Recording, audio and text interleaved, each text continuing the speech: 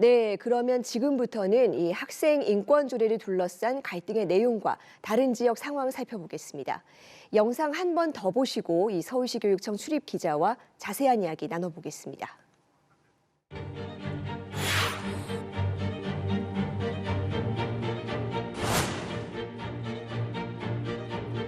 교권을 추락시키고 학습 지도를 무력하게 하고 기초학력마저 철저히 파괴시킨 서울학생인권 조례를 즉시 폐지하라!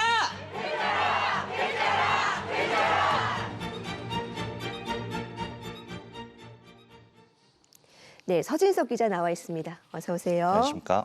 네, 지난 월요일에 서울시의회 임시회가 열린 이후 오늘까지 사흘 연속으로 이 장외 여론전이 뜨겁다고 하죠. 네, 그렇습니다. 제가 현장을 다녀온 이야기 지금부터 말씀드릴 텐데요. 서울시의회가 위치한 태평로는 지금 사실 학생인권 조례를 두고 둘로 쪼개졌다고 말해도 과언이 아닐 정도였습니다. 네. 우선 학생인권 조례 찬성 측은 주로 청소년, 인권단체들이고요. 반대 측은 아시겠지만 주로 보수 성향의 학부모, 종교단체로 구성돼 있습니다. 이틀 전에부터 어제까지 다 가봤는데요. 횡단보도 하나를 두고 정말 맞불 집회가 열리고 있었고요. 어제는 찬성단체 측 30여 명이 참여한 집회에 서울시의회 민주당 정진술 대표의원이 발언을 찬조하기도 했습니다. 네. 오늘은 반대단체 50여 명이 시의회 앞에 트럭까지 설치해가며 장외 선전을 펼쳤습니다. 쟁점은 바로 앞서 들으신 조례 5조, 차별받지 않을 권리입니다. 학생은 성별, 종교, 나이뿐 아니라 정치적 의견, 성적 지향, 성별 정체성 등을 이유로 차별받지 않을 권리를 가진다는 내용인데요.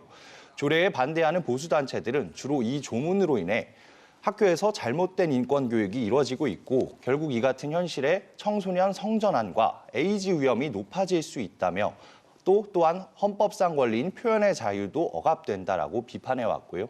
결국 지난해 조례를 폐지하라는 주민조례 청구를 서울시의회에 제출했습니다. 모두 4만 8천여 명이 청구에 서명한 것으로 확인됐습니다. 사실 쟁점이 되는 사안은 이 주로 성교육과 표현의 자유 관련 내용입니다. 그런데 이 학생인권 조례로 교권이 위축된다는 지적도 꾸준히 있어왔죠. 네, 그렇습니다. 말씀하신 대로 계속해서 나왔던 얘기긴 한데 요새 더 격화되는 모양새인데요. 상벌점도 제대로 주지 못하고 훈육도 못하니까 학생에 대한 지도 권한이 축소된다는 우려입니다. 조례에 학생의 휴대전화 사용을 금지하면 안 된다고 아주 구체적으로 명시돼 있는 만큼 네. 교사들이 수업을 할 때 학생들이 이렇게 스마트폰을 사용하는 것들을 방치하게 된다라는 그런 지적인데요. 특히 지난해 교단에서 스마트폰을 사용한 학생 등 각종 교권 침해가 발생하는 상황 저희도 보도를 계속 해드렸는데 네. 이런 상황이 학생인권 조례와 무관하지 않다는 지적입니다. 교원단체 이야기 직접 들어보겠습니다. 학생인권 조례 이후에 학칙을 어기고 수업을 방해해도 교사와 학교는 어찌할 수 없는 무력한 존재로 인식하는 아이들이 늘고 있다는 겁니다. 예, 사실 이런 문제 때문에 지난 지방선거에서도 학생인권 조례가 뜨거운 쟁점이기는 했습니다. 예. 지금 조례 도입 10년이 넘었는데요. 앞으로 이 조례의 운명 궁금합니다. 조례는 그럼 이렇게 결국 폐지가 되는 겁니까? 네. 이게 조례이긴 하지만 법에 따라 좀 존폐가 결정이 되는데요. 그래픽 보고 천천히 설명드리면요. 네. 네, 우선 주민조례 발안법에 따르는 내용인데요. 주민이 청구한 조례에 대해 의장은 수리한 시점으로부터 30일 이내에 발의를 해야 합니다. 이후 법제 담당관실, 의사 담당관실을 거쳐 의장 명의로 발의가 됩니다. 이 발의된 조례는 해당 상임위, 이 같은 경우엔 교육위원회에 회부돼서 안건을 상정할지 말지를 논의하게 됩니다. 이 교육위를 통과하면 본회의에서 표결을 하게 됩니다. 여기서는 이제 조례 규칙에 따라서 재적의원 과반 출석, 출석의원 과반의 동의를 받으면 통과하게 됩니다. 네.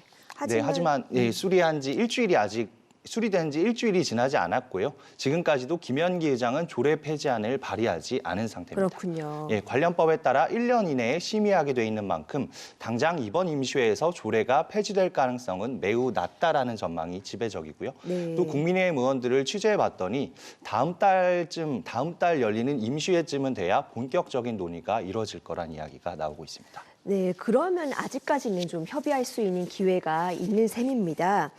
인권조례가 폐지될 가능성이 일단은 커진 건데 그런 이런 움직임이 다른 지역에서도 좀 이어지고 있다고요? 예, 그렇습니다. 현재 학생인권 조례가 있는 지역부터 말씀드리면 생긴 순서대로 경기, 광주, 서울, 전북, 충남, 제주 순으로 생겨서 모두 6개 교육청에서 도입하고 있습니다.